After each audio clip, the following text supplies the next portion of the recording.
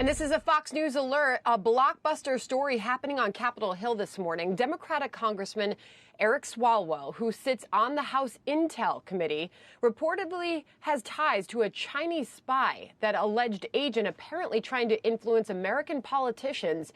And now Republican lawmakers are demanding answers. Good morning, everyone. I'm Sandra Smith. Yeah, this is fascinating. Sandra, good morning to you. Good morning, everyone. I'm Trace Gallagher. That report coming from Axios. Swalwell now pushing back, saying the story was released to hurt him because of his constant criticism of President Trump. But Tucker Carlson says it shows the top Democrat is compromised.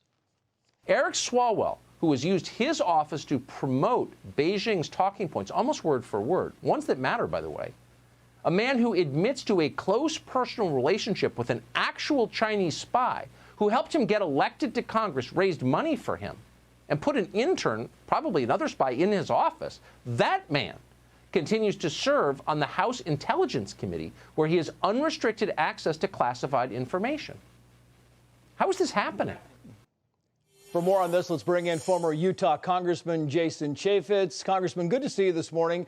Thanks for coming on. I want to get your take on what you make of this, because the Axios report says this woman, Christine Fang, also known as Fang Fang, didn't pass along any classified information. But the report goes on to specify this, and I'm quoting here, private but unclassified information about government officials, such as their habits, preferences, schedules, social networks, and even rumors about them is a form of political intelligence. Collecting such information is a key part of what foreign intelligence agencies do. What do you make of all this? It's a very serious story. He sits on the Select Committee on Intelligence, as Tucker Carlson pointed out, unfettered access to some of our most highly classified documents. And it really does beg the question, first of all, what did they know? When did they know it? Obviously, our counterintelligence people are not going to know all the interactions that happened. This intern that was supposedly placed in his office also creates further compromise. I want to know exactly what Speaker Pelosi knew. And she alone is the person that appoints people to that Select Committee. Why did they have to have him in that committee when they know that he has potentially been compromised? All of these questions are still swirling around. And Trace, Representative Swalwell has not denied the fact that this actually did happen. No, there's been no denials. He did, of course, blame the president. We'll get that to in a minute. But I want to play this from House Minority Speaker Kevin McCarthy, because he's saying that, in essence, Congressman, this is the tip of the iceberg. Watch. The tip of the iceberg. This congressman now gets on the Intel Committee. They are only selected from the Intel Committee by the leaders of their party, meaning Nancy Pelosi.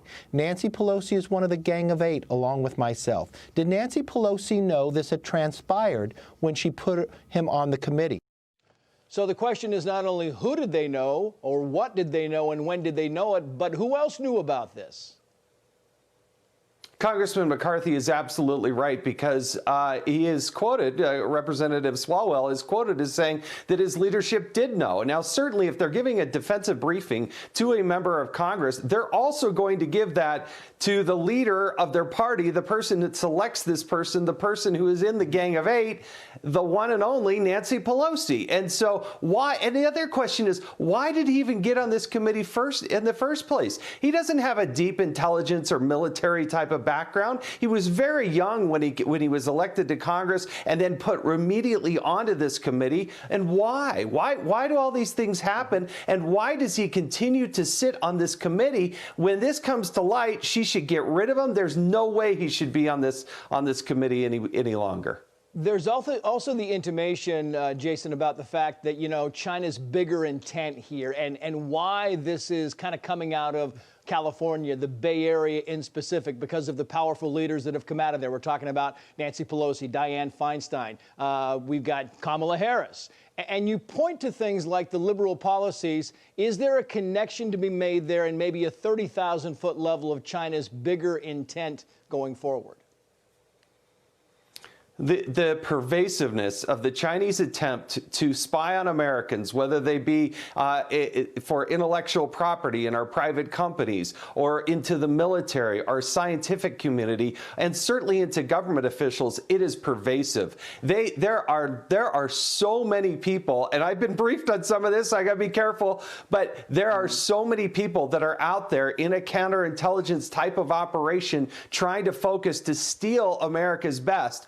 But when we know about one, we've got to make sure that we bottle that up, put it aside, and make sure that it doesn't happen anymore. And there's an ongoing, I think, systemic vulnerability that Nancy Pelosi's putting us in that doesn't need to be there. We talked about this at the beginning of the segment, how, there's been no denials so far of the Axios report, but of course they're kind of pushing the blame around here. Congressman Swalwell said the following here about President Trump, quoting here, "I've been a critic of the president. I've spoken out against him. I was on both committees that worked to impeach him. The timing feels like that should be looked at." In other words, the president could be behind this whole report.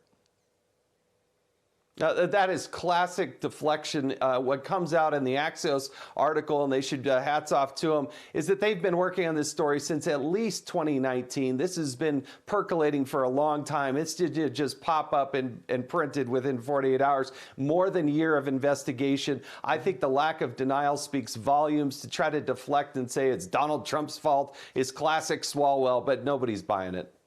Jason Chaffetz, good to see you. Thank you for coming on. We appreciate it. Thank you.